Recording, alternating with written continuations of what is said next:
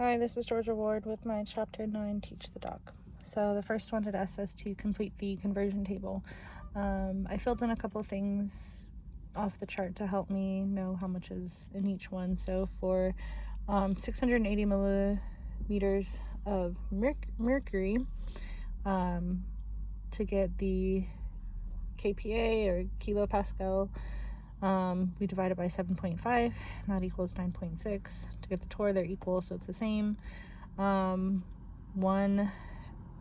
atmosphere is equal to, or I guess one torr is equal to 1/760th atmosphere. So to do that, just divide 680 by 760, so we get 0.89.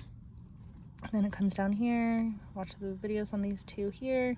Charles and Boyle's law. So the first one, suppose the gas has initial pressure of 2 atmosphere. What happens to the pressure if the volume is doubled? So according to Boyle's law, they're inversely proportional. So when the volume increases, the pressure will decrease, and vice versa. So I kind of have the equation there for it. P1V1 equals P2V2. That is Boyle's law.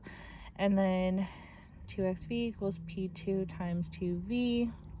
Kind of get that on its own. P2 equals 2xv over 2v equals 1 atmosphere.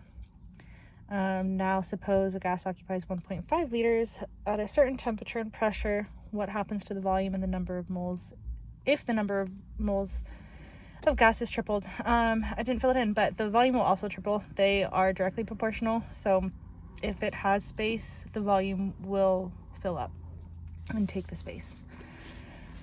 So then it asks to, or it tells you to watch the video on the ideal gas laws. So using the ideal gas laws, we get these different equations. So it asks an ideal gas sample occupies 1.5 liters at 25 degrees Celsius and 741 millimeters of mercury. How many moles are in the sample? It gives us the answer, we just have to find the answer. So we have volume equals 1.5 liters, temperature to get it to K is 25 plus 273, and then that's the equation we'd want to use, N equals PV over RT. So plugging in what we have and kind of switching around, 741 times 1 atmosphere, over 760, so those cancel each other out. We have 7, so basically 741 over 760 goes 900.975, whatever. Then to get that, we plug those in again. 80.082 times 25, whatever, goes into 975 atmosphere times 1.5 liters. That gives us 0.598 moles. What volume would the gas sample occupy at STP? I thought I wrote it down somewhere. Yeah, STP equals 1 atom. Pressure at STP, pressure equals 1 atom. T equals 273. So we'd plug those in. The 0.0598 mole times 22.4 liters over 1 mole, we have 1.34 liters. What's the equation that relates the density of gas to its molar mass? PM equals DRT. What is the molar mass of a gas if its density at STP is 0.901? So same kind of thing, 0.901 times the same stuff from up here, 8.206 times 273 over atoms to 20.18 grams over the mole. Then the last page says, which component, H2O2 or CO2, exerts the highest partial pressure in a gaseous mixture of 0.5 moles of H2, 0.49 moles of O2, and 0.48 moles of CO2. It's going to be the H2 because it has the most moles, so it's the largest part of the mixture, so therefore it'll exert the highest partial pressure.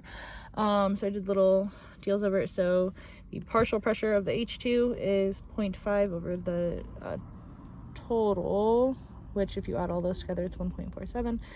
So the total would be 0.34. Same thing for the PO2, partial pressure of the O2, be 0.33, 0.32. So obviously has more moles, more partial pressure. So then it asks, which of the following mixtures exerts the highest total pressure in 0.5 liter container? So the pressure is proportional to the number of moles.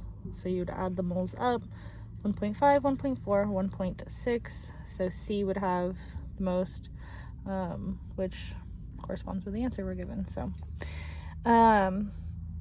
to a 25.0 liter cylinder contains 3 grams of hydrogen gas and 14 grams of nitrogen gas at 25 degrees Celsius. Calculate the mole fraction of each gas. Again, we're given the answers.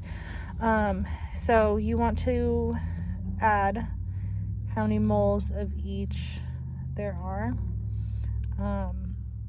So first of all, 3 grams of hydrogen divided by the total moles is 2. 1.5 moles. So then that equals 1.5 divided by 2 equals 0.75. Same thing, 14 grams.